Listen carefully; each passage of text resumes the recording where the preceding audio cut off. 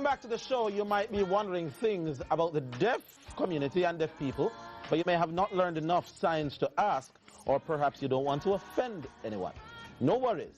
We will answer those questions for you this morning right here on CVM Sunrise. Now in studio with us to teach us how to understand and respect the deaf people.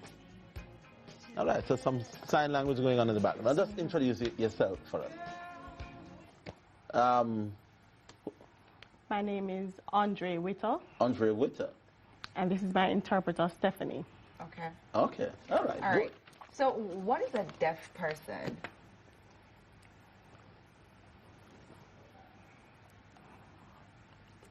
A deaf person is a profoundly deaf person, and just to let you know that there are different levels of hearing loss, and deaf people identify themselves by the use of their language and the community that they're a part of. Oh. Okay.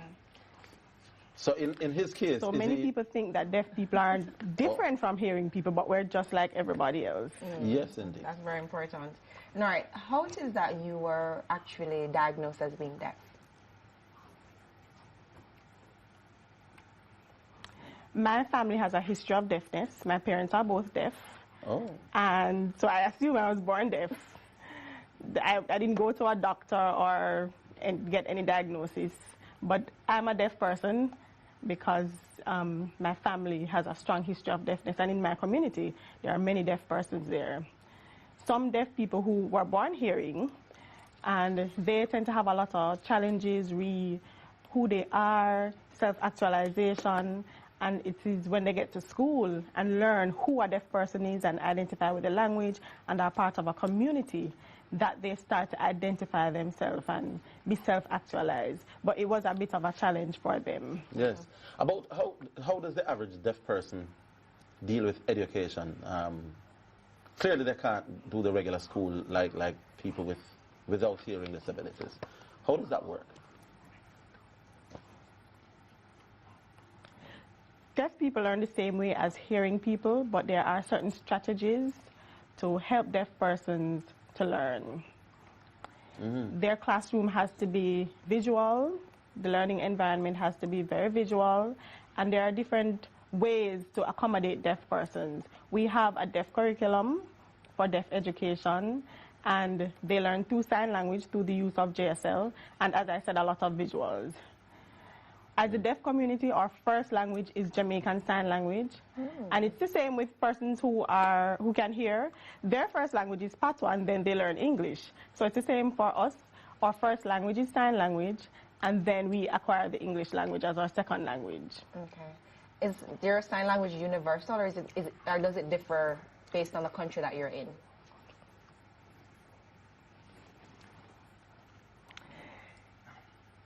All over the world, there are many different sign languages, but there are some signs that are common, gestural signs that can be understood worldwide. And that's different from, people who can hear their languages like Spanish and French. Their languages are different. But for our languages are based on facial expression and gesturing. And so we can easily understand another deaf person from another country, even if they're using another sign language. Interesting. Very interesting. Do you prefer to be called deaf, or do you prefer to be a person tagged as having a disability?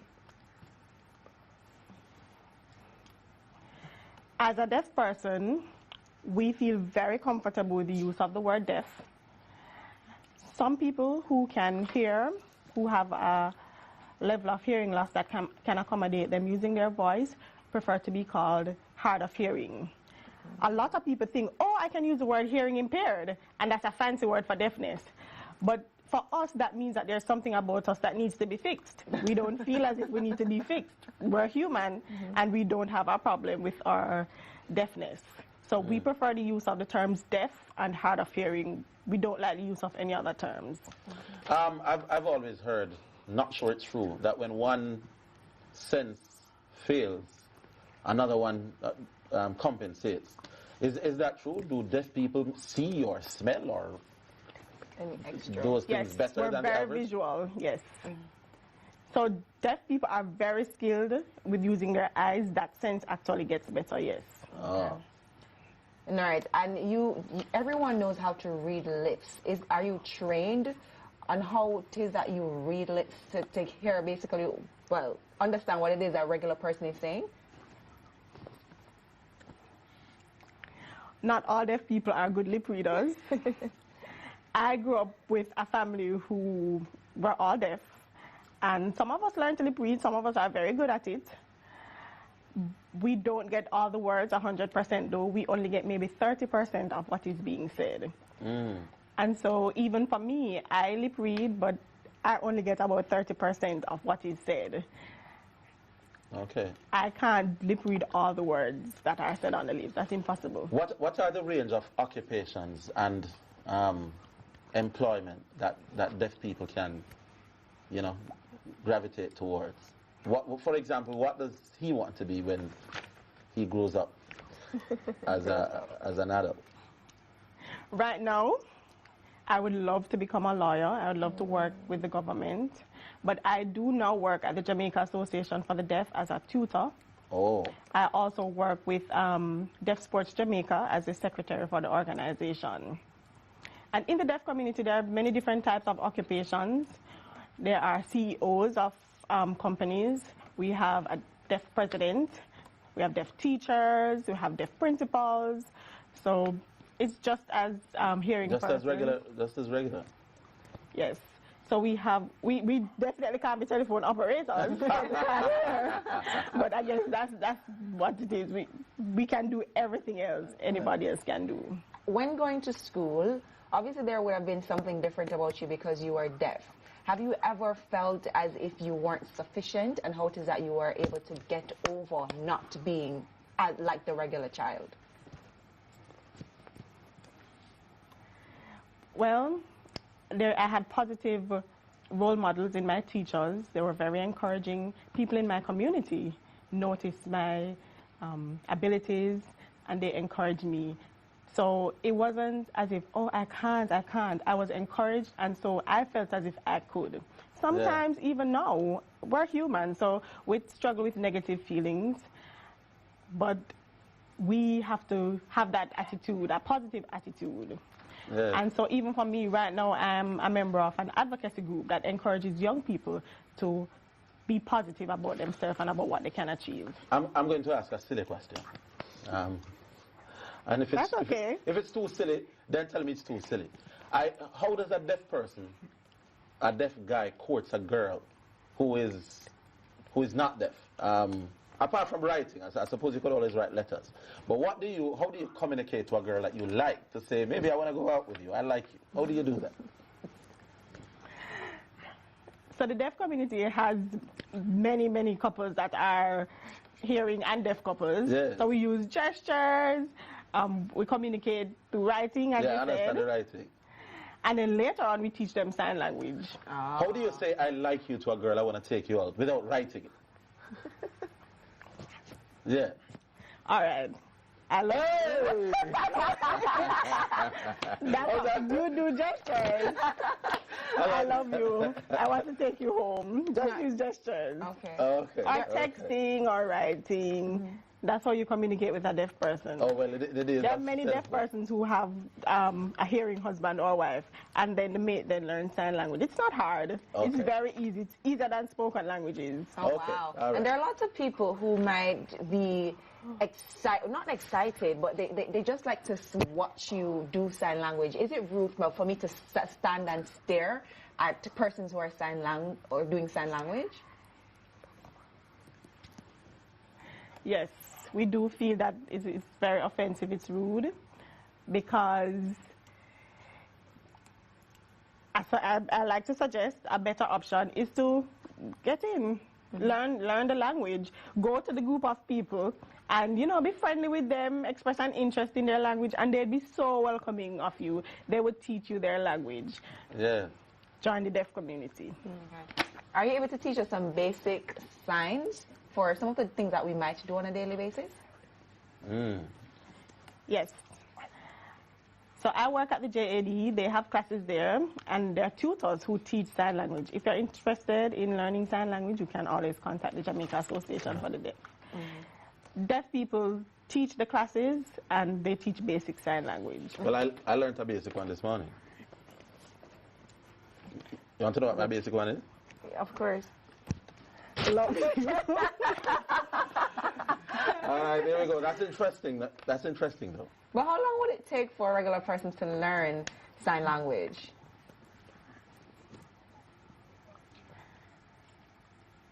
It depends on what level you want to go at. If you're learning sign language just to use it at home, basic simple signs, it's very quick. If you want to learn how to sign a word, if you want to learn how to sign a sentence, it may take a bit longer than learning to sign a word. So maybe between 2 months and 3 months. It depends on the level that you're learning. Okay. All right. Well, that's just about it. By the way, I'd like to hear it. Thank you. Oh, it says thank you. Thank you. Okay. All right then. How do we say we're going to take a break from TV? And we'll come back.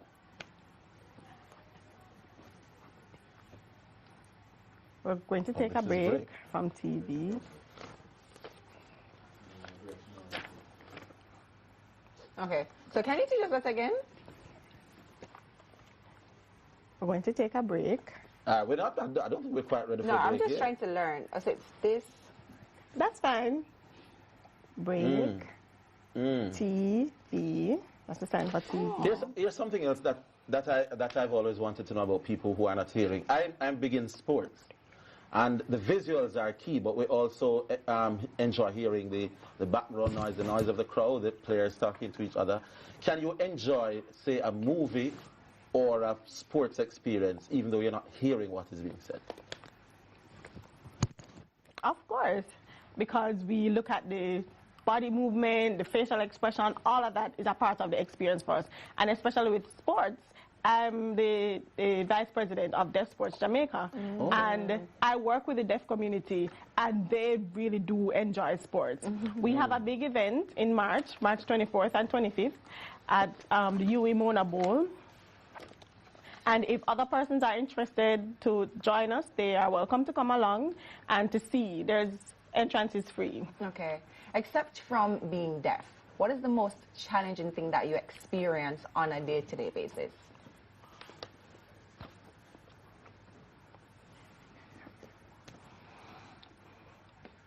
Communication and language access barriers. Sometimes I may go to a place of business maybe, and it's so hard to communicate. And that's the biggest barrier we have, communication challenges. We would love if people learn how to communicate. We would love if information is readily available for us, for our community. Sometimes I feel as if my community is not represented because we don't have communication access. In that case, do you walk around with a pen and a paper just in case you have to do business with people or interact? Right now, no, I don't have a pen. I have an interpreter. So it varies. But what about the persons who don't have an interpreter? What it is that you suggest they do in order to communicate? They have to write. However, our first language is JSL, and it's a challenge for hearing persons to understand our language JSL in its purest form, because as deaf persons, our English language is our second language, and it's a challenge for us. So we tend to point, use gestures, try to read lips if we can. So you can ask a deaf person, what mode do you prefer? Do you prefer for me to write? Do you prefer for me to use gestures? Find different ways of communicating with deaf persons. Very interesting. Well, I tell you, I'm just fascinated by the signs. I'm seeing the signs, and I'm saying, can so much be communicated by signals? It's just fascinating for me. Really cool, yeah. It's cool. But do you feel limited in a professional sense, except from, of course, you not being able to be a telephone operator or anything that has to do with hearing per se? But do you feel limited when it comes to choosing a career?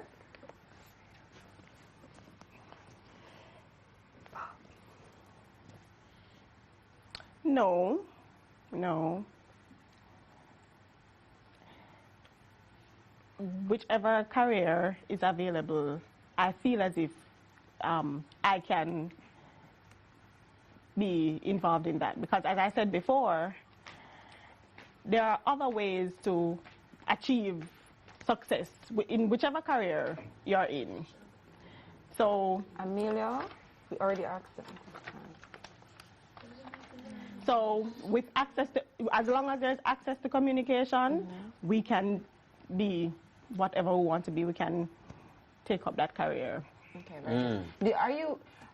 Is there any sense of persons, when it is that you basically send in your resume and application for a job, do they actually find that as being an issue with giving you the job over another person who is able to hear? Are you discriminated against when it comes to employers? Oh, yes.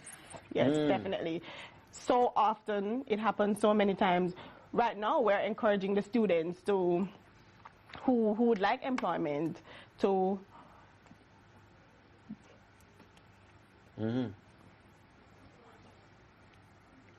Oh, we're asking them to remove on the name of their school, to remove the part that says for the deaf. Oh. Okay. So, for example, Caribbean Christian School for the deaf, we're just saying Caribbean Christian School, and we're leaving it at that, and then sending the resumes.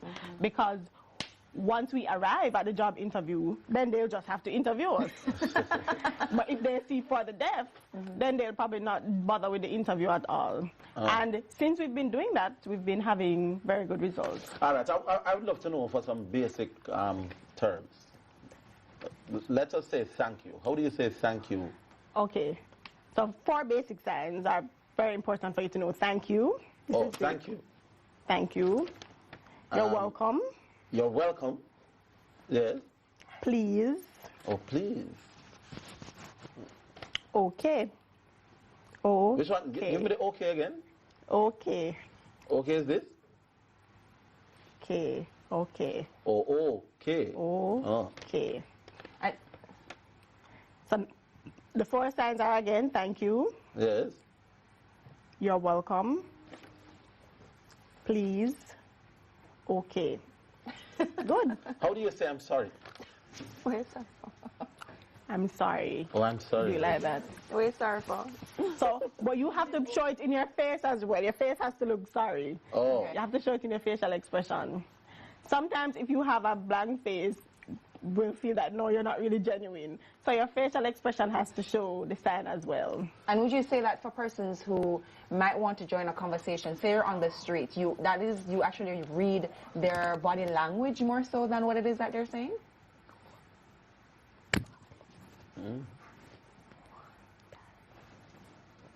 Yes.